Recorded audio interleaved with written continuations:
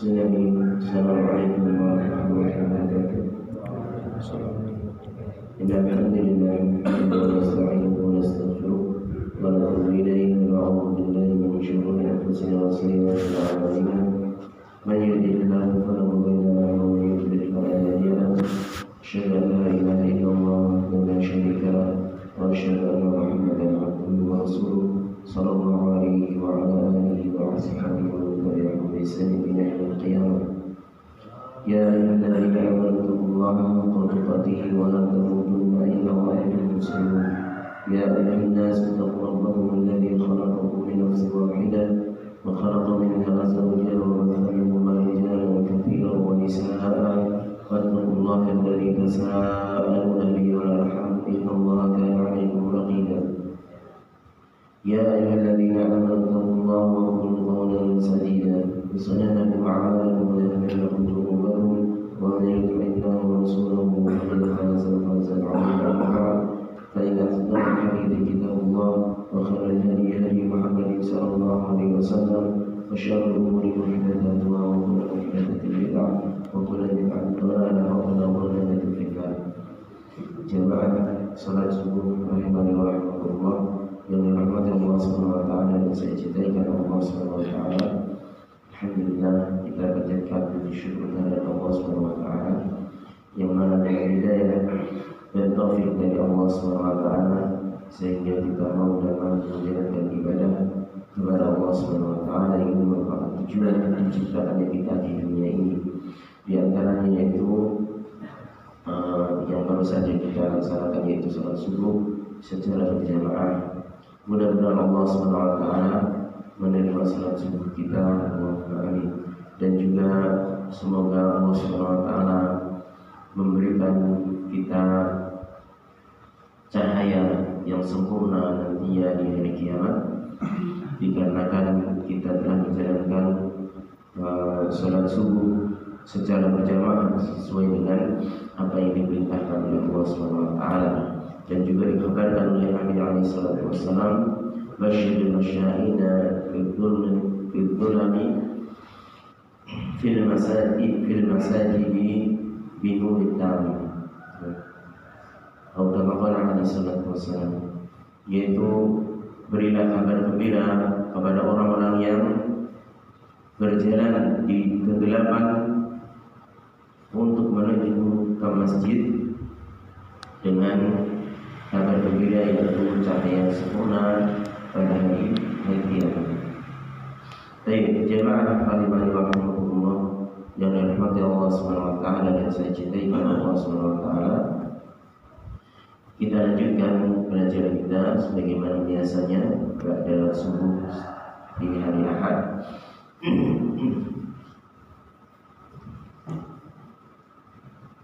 Kita masuk pada pembahasan yang ke-79 dari masalah jahiliyah, al-mas'alatu at-tasi'atu wa sab'un. Perang jahiliyah yang ke-79, i'timaduhum 'ala al-amani al-kadhibah,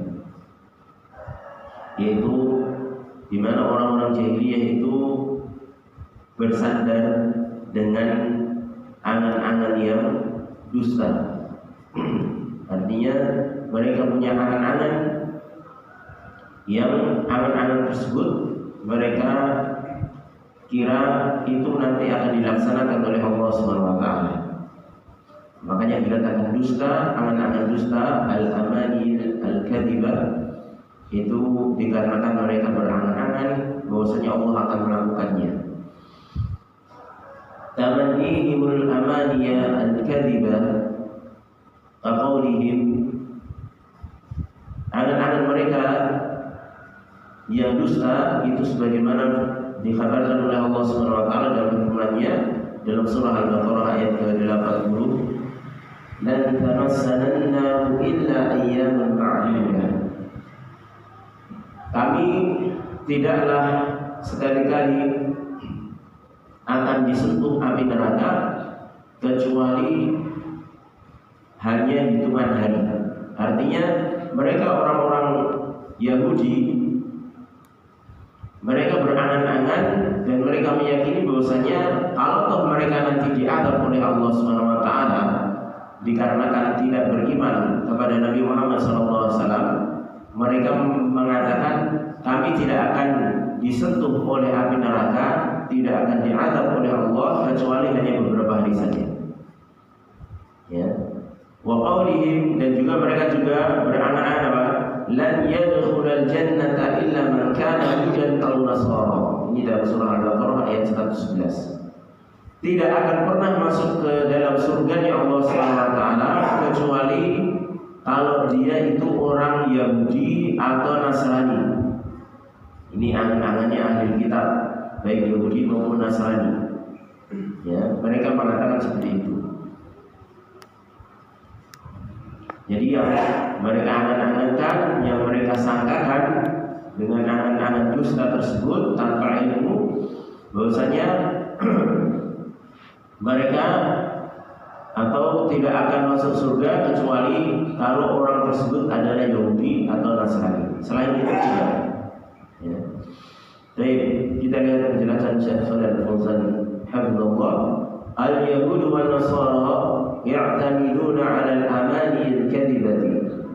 Orang-orang Yahudi dan Nasrani mereka bersandar atas angan-angan dusta. Wa yatamannawna 'ala Allahi al-amaniyah, dan mereka berangan-angan atas Allah dengan angan-angan, artinya dengan angan-angan yang dusta tadi. Kama dzakara Allah Ta'ala anhum annahum qalu, ini sebagaimana telah disebutkan oleh Allah Subhanahu wa taala dalam firman-Nya berkaitan dengan mereka, berkaitan dengan angan-angan mereka, di mana mereka mengatakan dalam firman Allah, lan tamassana an-nar illa ayyaman ma'dudah. Sungguhnya kami tidak akan pernah disentuh api neraka kecuali hanya beberapa hari saja. Wa hiya ayyamu ibadatihim lil ijli bizamihim. Yang dimaksud dengan ayyaman ma'dudah yaitu hari-hari di mana mereka beribadah kepada anak sapi saja. Ya, sebagaimana kita tahu kisahnya orang-orang Bani Israel, orang-orang Yahudi yang diselamatkan oleh Nabi Musa dari penindasan Fir'aun. Setelah mereka selamat, maka kemudian Nabi Musa itu menghadap Allah Subhanahu wa taala di Bukit Tursina itu selama 40 malam. Ya. Untuk menerima wahyu dari Allah Subhanahu wa taala, sekaligus di sana Allah Subhanahu wa taala mengajak bicara Nabi Musa secara langsung. Ya, makanya Nabi Musa alaihissalam itu digelari dengan kalimullah, yaitu nabi yang diajak bicara oleh Allah Subhanahu wa taala secara langsung. Dan ketika ditinggal tersebut, maka Nabi Musa menitipkan Bani Israel kepada kakaknya, yaitu Harun alaihissalam, yang juga diangkat Nabi untuk mendampingi Nabi Musa alaihissalam. Maka ketika ditinggal tersebut dan diserahkan urusan untuk mengurusi mereka, membimbing mereka selama ditinggal itu kepada kakaknya, yaitu Nabi Harun alaihissalam, maka mereka, di antara mereka atau yang dikatakan Samiri, itu membuat patung sapi, membuat patung anak sapi, ya, yang dibuat, konon ada yang mengatakan dari emas, kemudian dibentuk sedemikian rupa, kemudian anak sapi, patung anak sapi tersebut bisa mengeluarkan suara, ya, bisa mengeluarkan suara. Maka Samiri pun kemudian mengatakan kepada kalangan Bani Israel yang bersamanya dengan mengatakan bahwasannya ini loh, ilahnya atau sesembahan Nabi Musa dan Nabi Musa melupakannya, ya. Jadi berdusta atas nama Nabi Musa, ya. Inna hadza lakum ilahun, ya. Sungguhnya inilah ilahnya atau sembahan kalian, wa ilahu Musa fanasi, dan ini juga sesembahannya Musa, dan Nabi Musa lupa, ya. Ini perkataan Samir, ya, yang membuat patung anak sapi tersebut.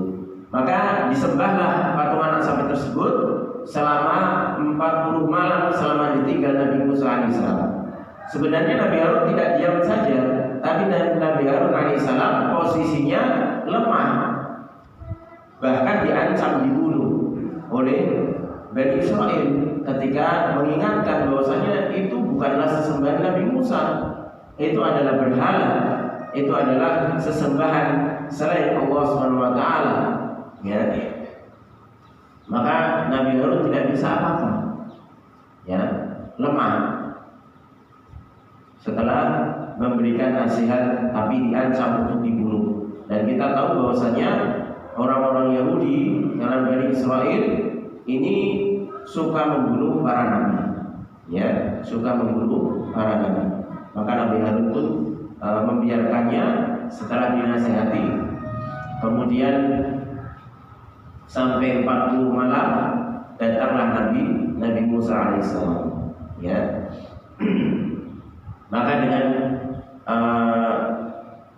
kesadaran, artinya mereka memahami bahwasanya menyembah anak patung sapi tersebut itu merupakan kesyirikan, merupakan dosa yang besar, ya.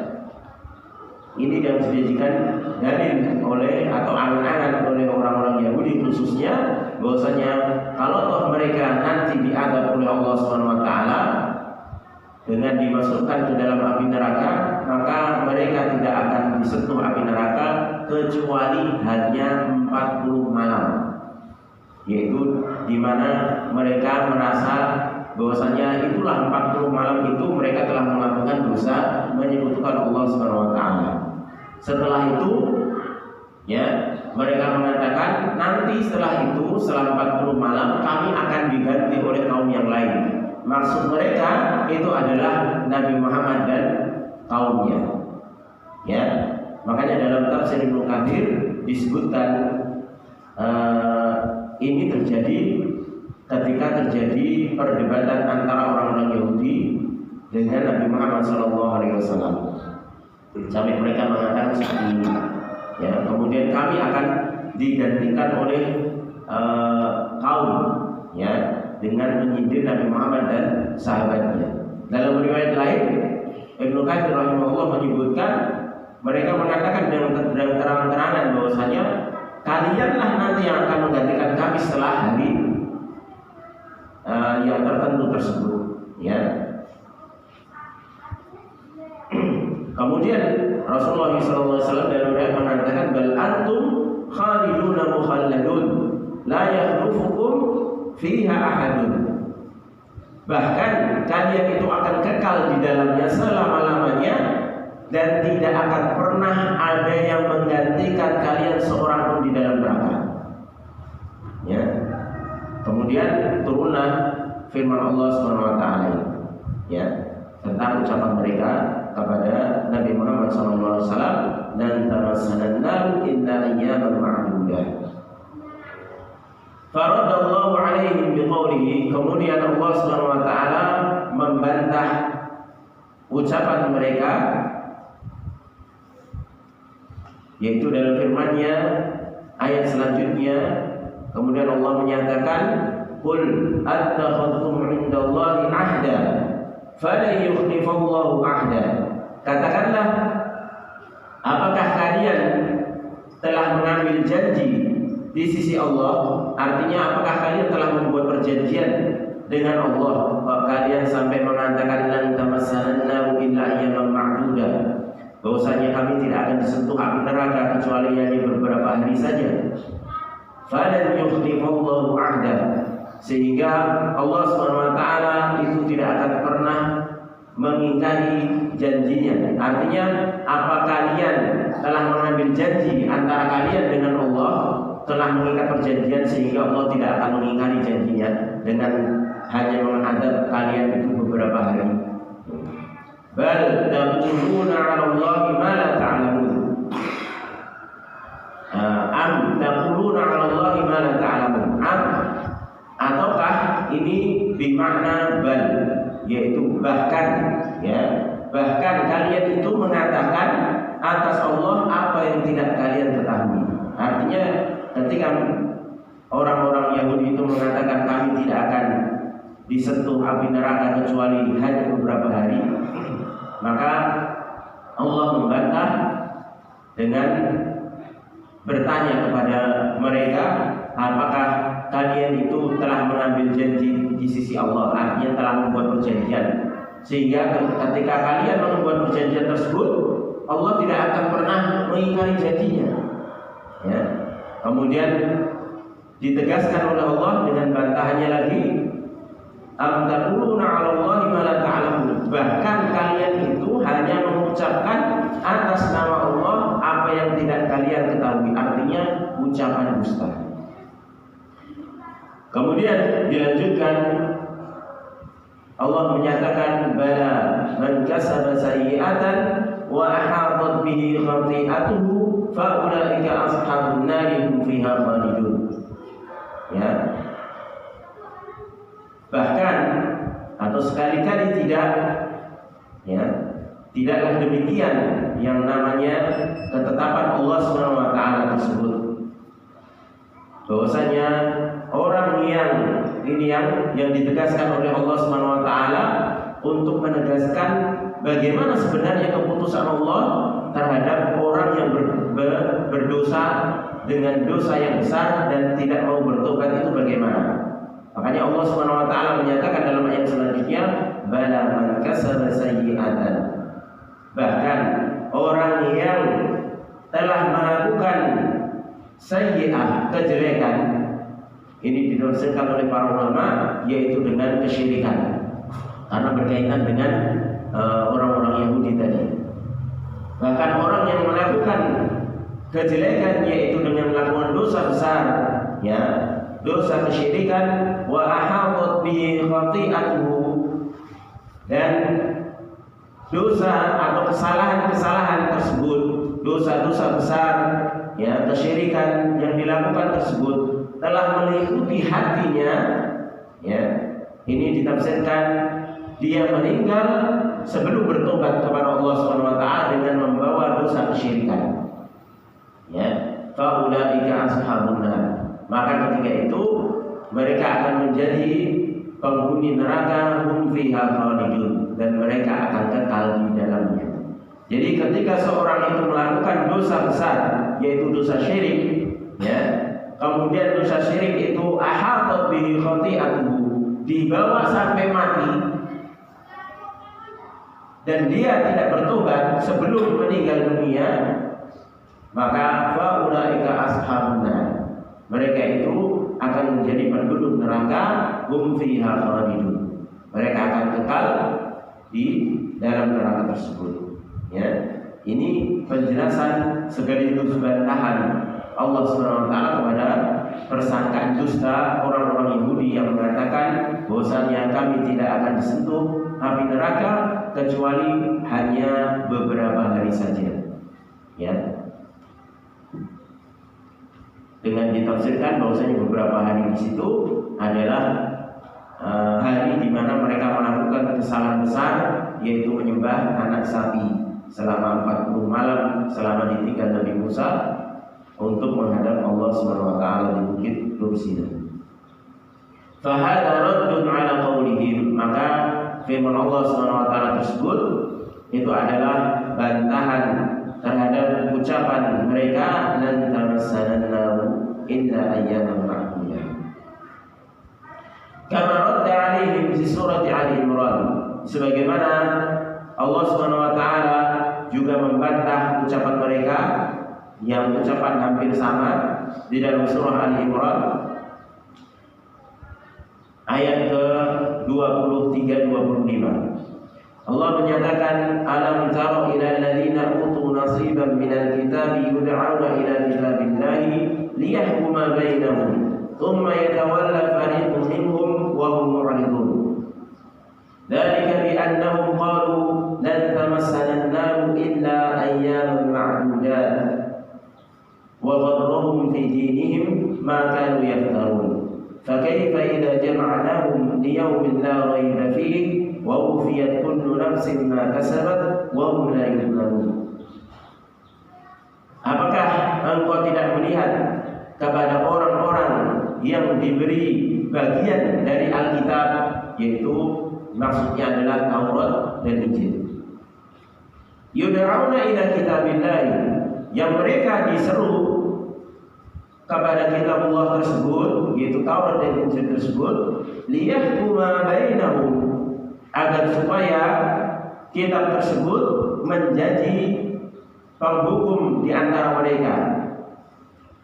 Tsumma yatawalla fariqun minhum wa hum mu'ridun. Kemudian sekelompok dari mereka itu berpaling, ya. Jadi berpaling, tidak mau menggunakan kitabullah tersebut sebagai acuan hukum, ya.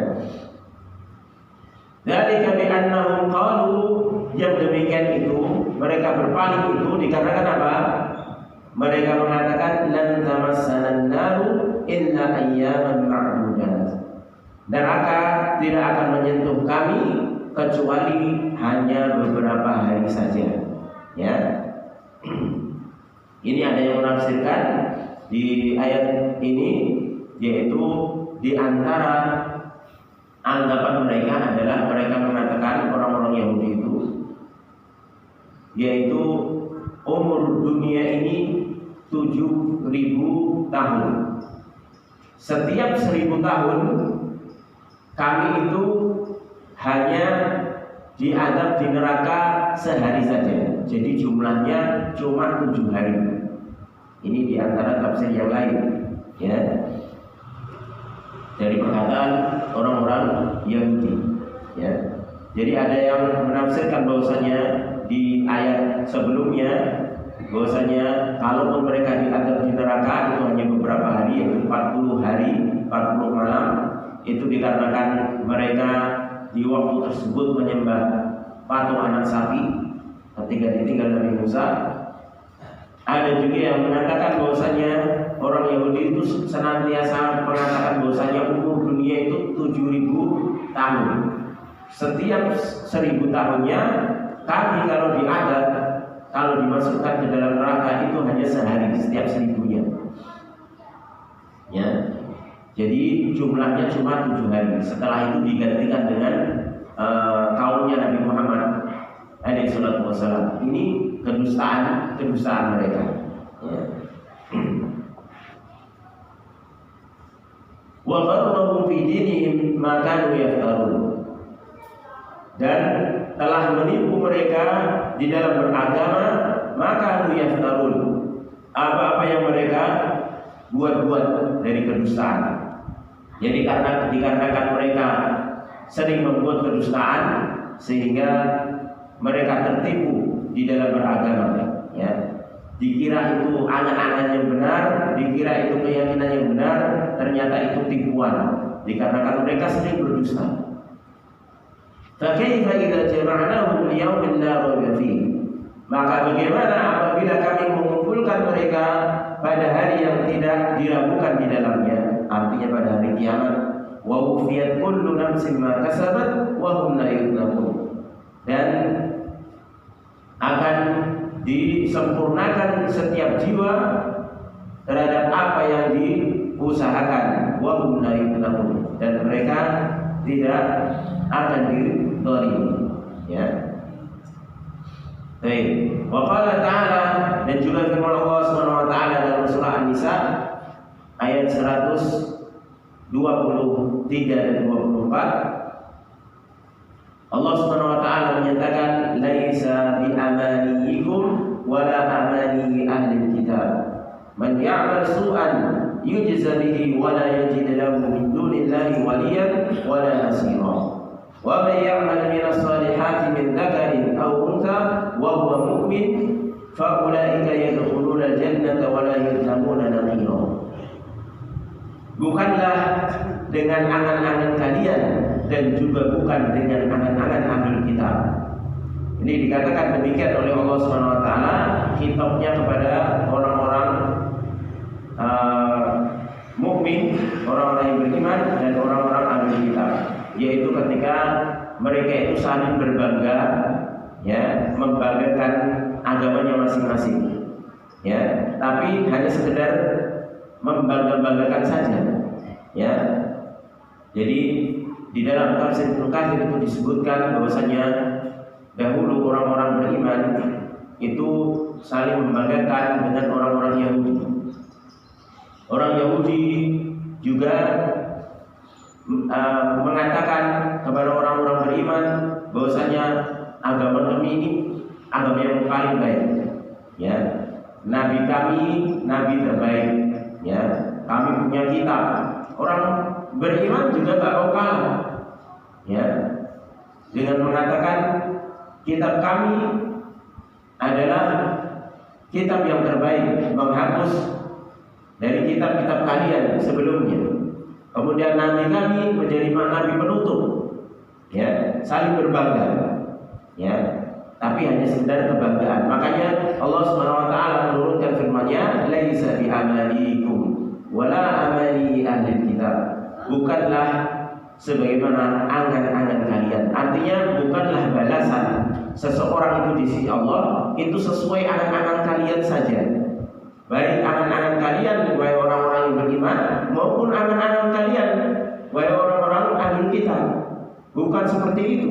Bukan hanya sekedar angan-angan Allah membalas seseorang dengan amalannya tersebut.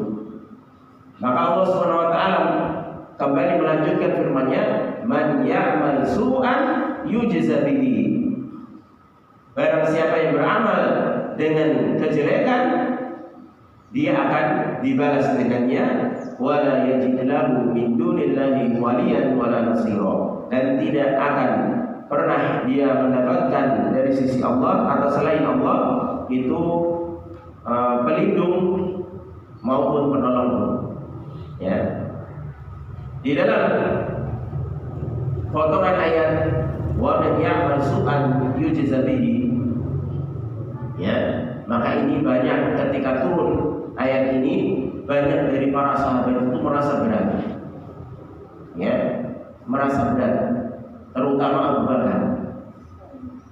Ketika Abu Bakar mengatakan kepada Rasulullah SAW berkaitan dengan ayat ini, "Ya Rasulullah, kalau kami, ya, itu nanti akan dibalas setiap amalan kejelekannya dengan kejelekan pula, padahal tidak ada dari kami yang lepas dari perbuatan jelek. Kami ini hanya sekedar manusia, tidak lepas dari kejelekan. Lalu kalau setiap kejelekan itu dibalas dengan kejelekan pula, maka kami akan binasa, ya, halakna. Maka kami pasti akan binasa." Sedih Abu Bakar, ya, merasa nggak bisa mengamalkan ayat ini. Siapa yang nggak berbuat kejelekan? Kalau setiap kejelekan dibalas oleh Allah Subhanahu wa taala, diberikan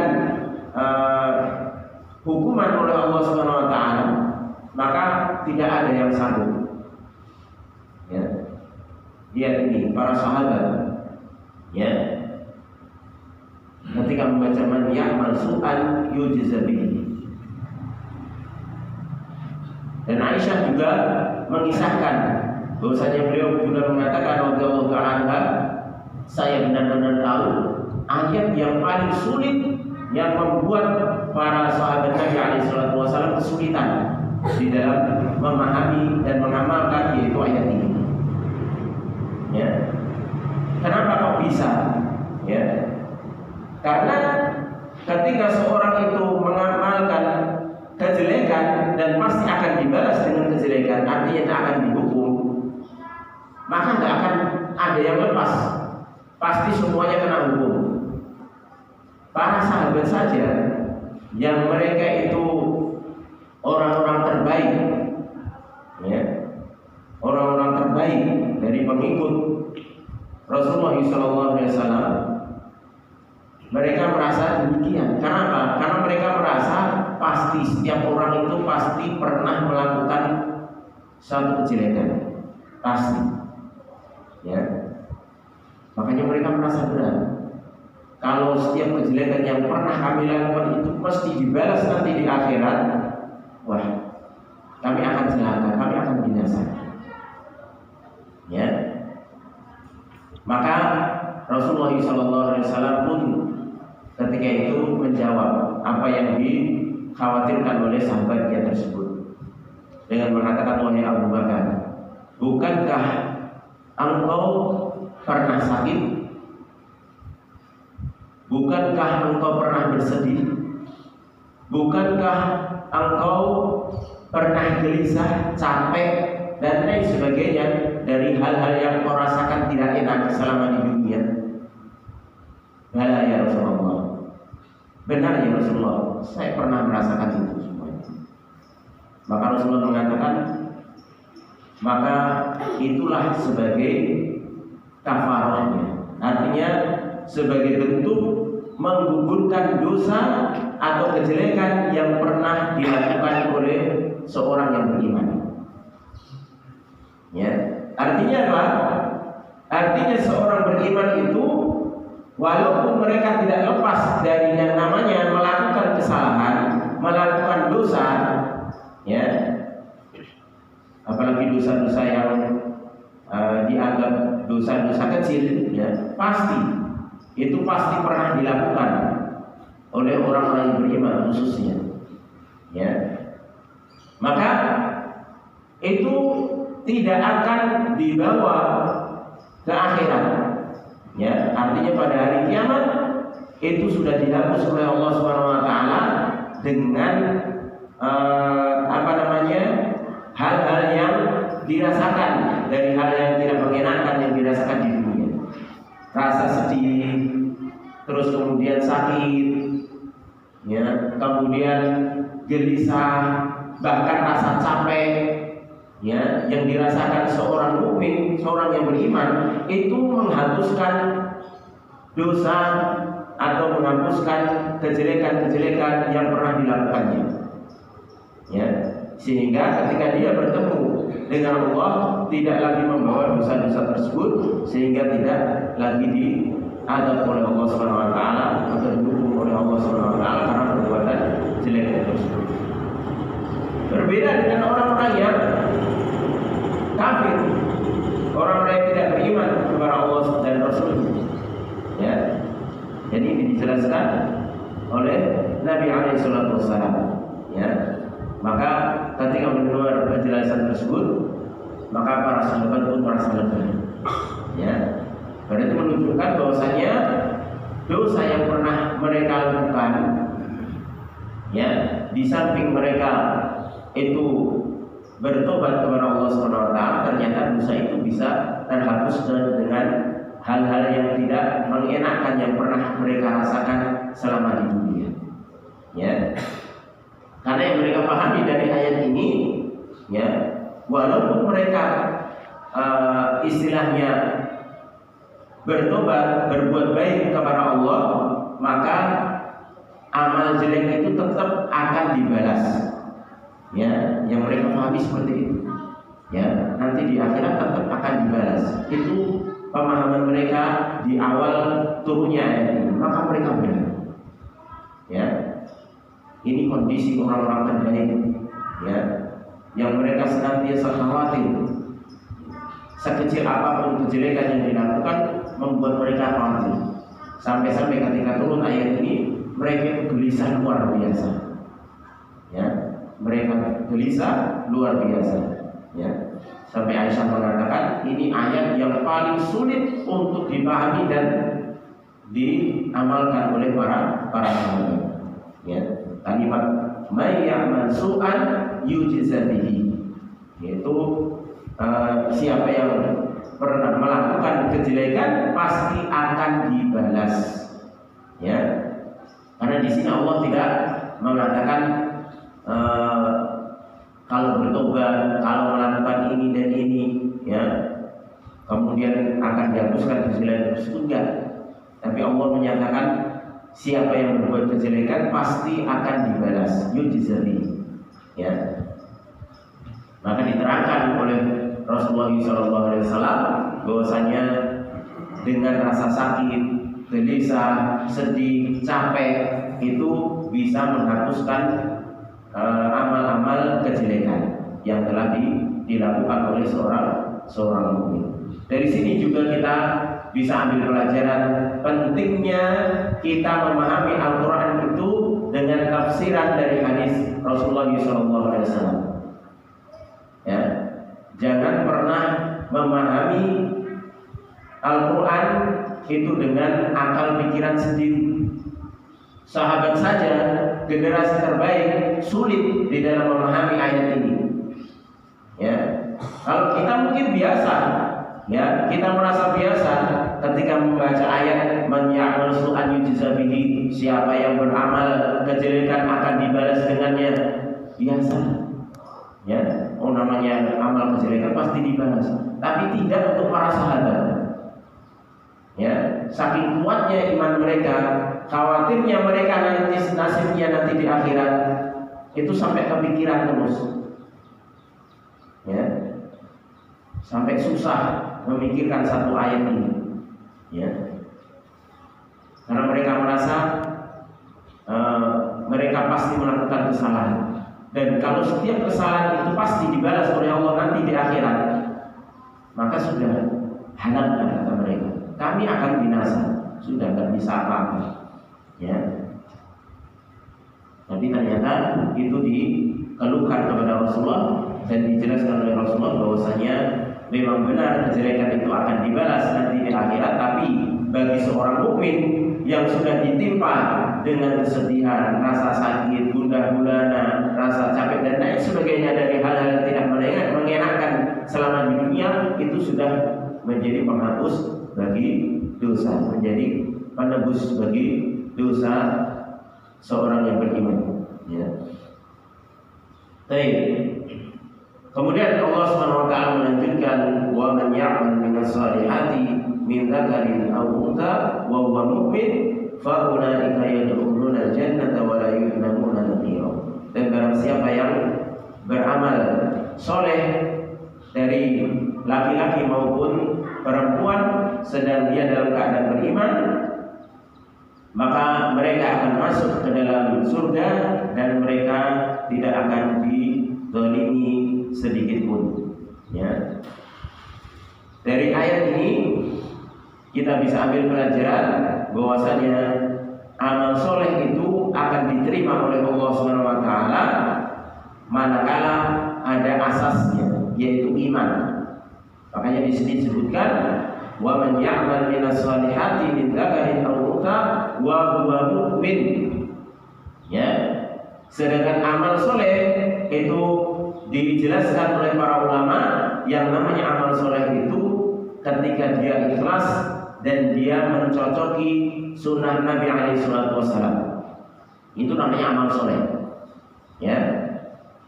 Dan itu pun ketika seseorang taruhlah dia ikhlas, kemudian dia cocok dengan sunnah Nabi SAW, ikhlas dia benar-benar untuk Allah SWT, bukan untuk yang lainnya, bukan untuk pujian, bukan untuk kesombongan, dan dia mencocoki sunnah Nabi SAW.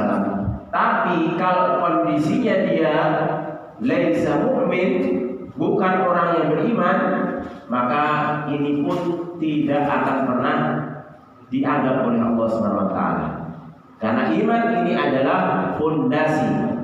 Iman ini adalah tauhidnya, fondasinya. Ya. Maka ketika seorang itu beramal soleh tapi tidak dalam kondisi beriman, maka amal tersebut tidak akan ada gunanya. Maka ketika beramal soleh dan beriman, maka dijanjikan oleh Allah SWT, faulaika yadkhuluna al-jannah wa la yuzlamuna naqiran. Maka mereka akan masuk ke dalam surga dan tidak dizalimi sedikit pun. Artinya setiap perbuatan baiknya walaupun itu sedikit, itu tidak akan pernah dizalimi oleh Allah Subhanahu wa taala. Pasti akan ditampakkan nanti. Pasti akan diberikan balasan. Ya. Oleh karenanya Allah Subhanahu wa taala menyatakan dalam firman-Nya yang lain, "Fa may ya'mal mithqala dzarratin khairan yara wa may ya'mal mithqala dzarratin syarran yara." Maka barang siapa yang beramal sekecil apapun, bahkan sekecil biji sawi kalau orang menerjemahkan, tapi ini bisa diartikan atau yang lebih tepat yaitu sesuatu yang paling kecil di dunia ini. Itu apa? Ya itulah yang maksud mithqala dzarrah. Ya, bahkan ada yang mengatakan itu adalah ketika kita buka jendela kemudian ada sinar matahari. Nah, di sinar matahari tersebut kita lihat kan sesuatu yang terbang kecil sekali itu. Itu kalau nggak ada sinar matahari nggak kelihatan kita. Itulah yang dimaksud mithqala dzarrah. Ya. Itu yang dimaksud mithqala dzarrah. Kalau biji sawi masih kelihatan. Ya, masih kelihatan. Tapi kalau partikel kecil itu yang hanya kelihatan ketika kita tersinar matahari, ya, di depan pintu atau depan jendela itu, maka itu kalau nggak ada sinar matahari nggak kelihatan. Itulah namanya mithqala dzarrah. Itu ada yang menafsirkan kalimat mithqala dzarrah itu adalah partikel kecil itu, ya. Jadi sekecil itu perbuatan baik seseorang pasti akan melihatnya. Demikian juga kejelekan, ya. Maka tidak akan pernah Allah Subhanahu wa taala menzalimi seorang pun. Baik dia melakukan kebaikan sekecil apapun pasti akan ditampakkan, ya.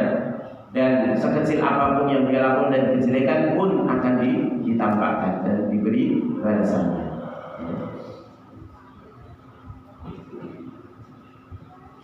Baik.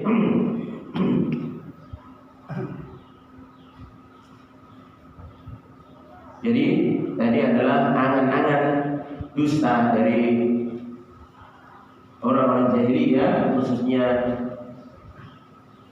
ahli kitab, yang mereka mengatakan bahwasanya kami tidak akan pernah diazab di neraka kecuali hanya beberapa hari saja.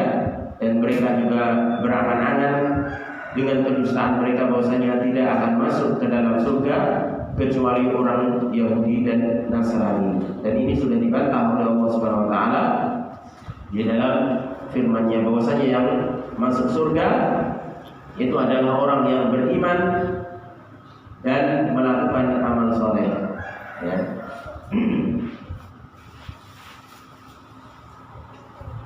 Dan mereka juga di antara angan-angan dusta mereka adalah mereka mengatakan nahnu awliyaullahi wa ahibba'u. Kami ini adalah wali-walinya Allah Subhanahu wa taala dan orang-orang yang dicintai oleh Allah Subhanahu wa taala. Ya. Jadi mereka itu menganggap mereka itu walinya Allah. Ini pun dibantah oleh Allah Subhanahu wa taala. Ya. Ketika Allah Subhanahu wa taala menyatakan ala inna awliya Allahi la khaufun 'alaihim wa la hum yahzanun alladzina amanu wa kanu yattaqun. Ya. Ketahuilah bahwasanya wali-wali Allah Subhanahu wa taala itu la khaufun 'alaihim wa la hum yahzanun. Mereka tidak ada rasa takut dan mereka tidak bersedih hati. Ya. Maksudnya mereka tidak takut ketika mereka itu menjelang kematian, ya. Mereka tidak takut karena sudah dibisikkan kepada mereka oleh para malaikat untuk mereka tenang, ya, karena mereka adalah orang-orang yang Allah Subhanahu wa taala ridhoi.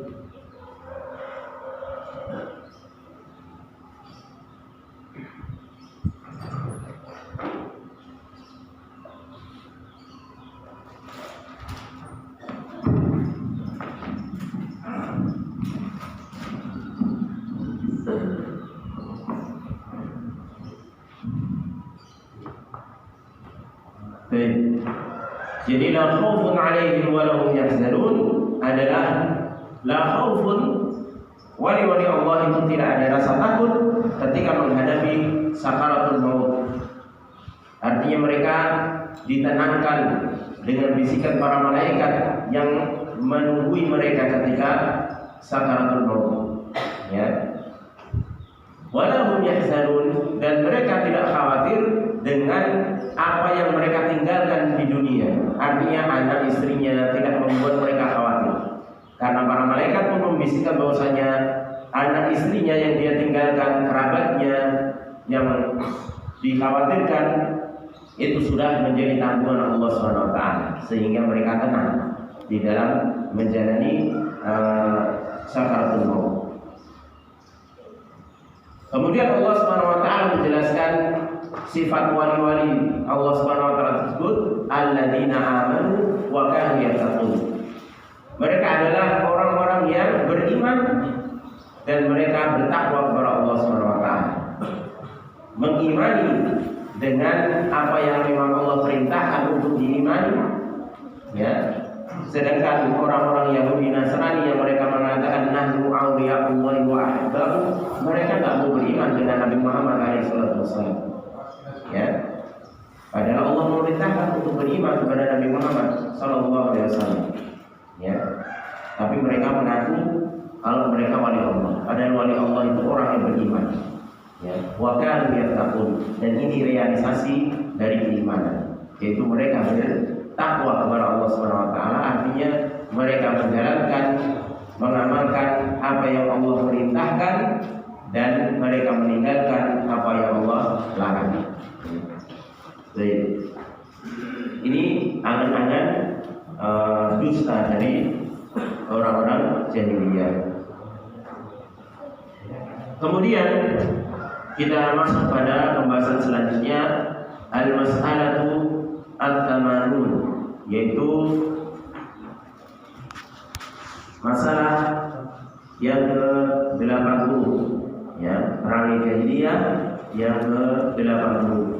Guluhum fil anqasi, yaitu sikap berlebihan mereka pada seseorang. Ittikhadhu quburi anbiya'ihim wa salihihim masajida. Mereka menjadikan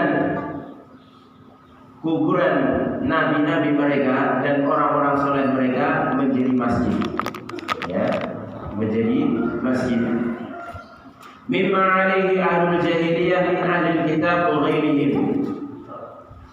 Ittikhadhu quburi anbiya'ihim wa salihihim masajida. Di antara kebiasaan orang-orang jahiliyah dari kalangan ahlul kitab dan juga yang lainnya, itu menjadikan kuburan para nabi dan kuburan orang-orang soleh di antara mereka itu menjadi masjid, menjadi tempat ibadah. Ya, makna masjid itu bermakna yang pertama maudi'us sujud, ya, yaitu tempat sujud, ya, dan juga bermakna maudi'ul ibadah, ya, artinya itu tempat untuk dilakukan ibadah.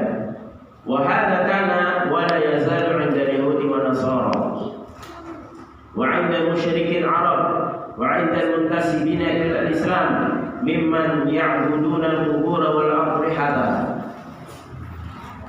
Dan ini perkara ini senantiasa ada pada orang-orang Yahudi dan Nasrani, ya, yang menjadikan kuburan-kuburan para nabi, orang-orang soleh, ya, ini senantiasa dilakukan, masih terus dilakukan oleh orang-orang Yahudi dan Nasrani. Dan juga inda musyrikil Arab, ketika ini juga perbuatan seperti ini dilakukan orang-orang musyrik Arab pada waktu itu. Wa inda muntasibina ila Islam, dan juga ini dilakukan oleh orang-orang yang menisbatkan dirinya kepada Islam, di antara orang-orang yang menyembah kuburan dan juga al-rihah. Al-rihah ini adalah kuburan yang sudah diperbagus, ya. Wa ahlul kitabi hum awwalu min man amila dzalik. Dan ahlul kitab mereka adalah orang yang pertama melakukan hal demikian. Jadi yang pertama kali melakukan menjadikan kuburan para nabi dan orang soleh menjadi tempat-tempat ibadah itu adalah ahlul kitab. Ini sebagaimana sabda Nabi alaihi salatu wasallam, inna man kana qablakum kanu yattakhiduna al-qubur masajida ala fala tattakhidul qubur masajida. Sesungguhnya orang sebelum kalian mereka menjadikan kuburan-kuburan itu sebagai masjid-masjid. Ketahuilah, janganlah kalian menjadikan kuburan-kuburan menjadi masjid-masjid.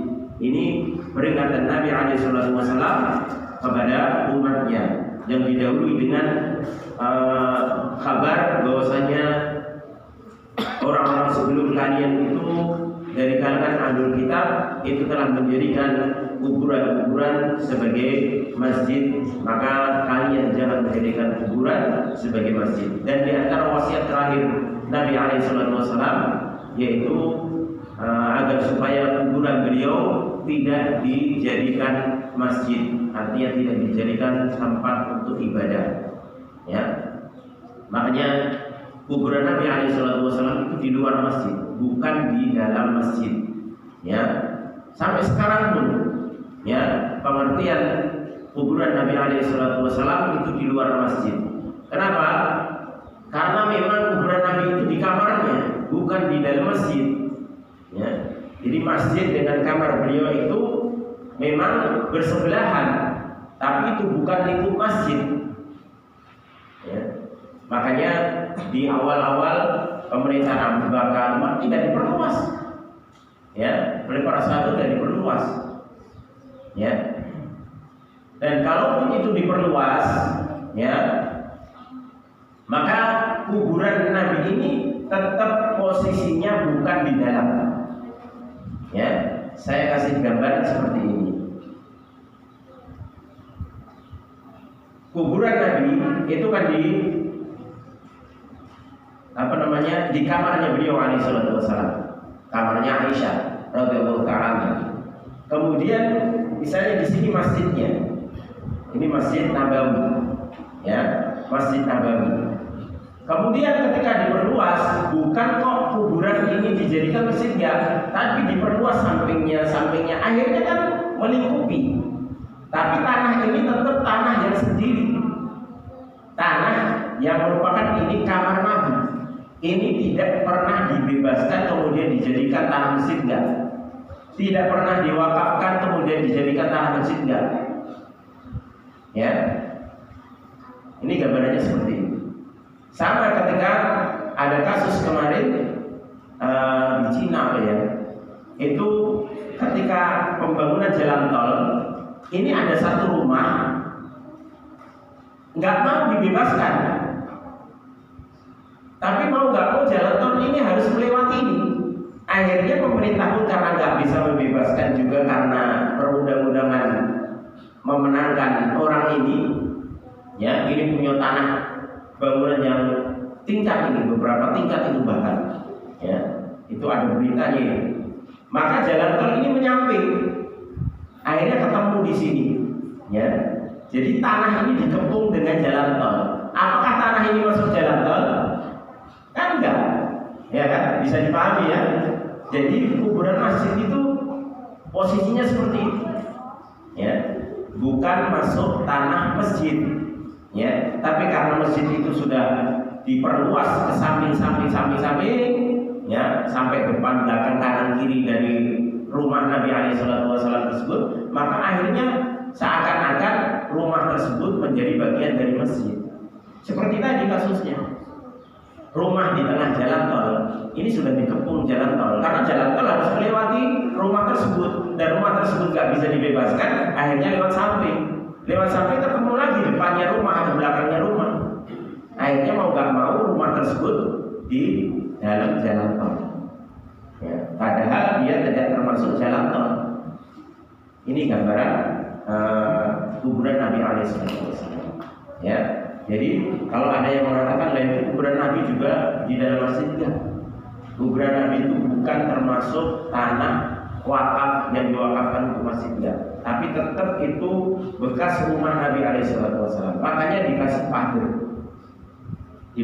dikasih tembok, ya, dengan beberapa lapis, ya, tembok di tempat tersebut, ya, dan tidak berubah, ya, ukuran rumah beliau alaihissalam tidak pernah berubah, tetap seperti itu, ya, karena masjid diperluas kanan kiri depan belakang dari posisi rumah beliau alaihissalam, maka jadilah seakan-akan kuburan Nabi di dalam masjid.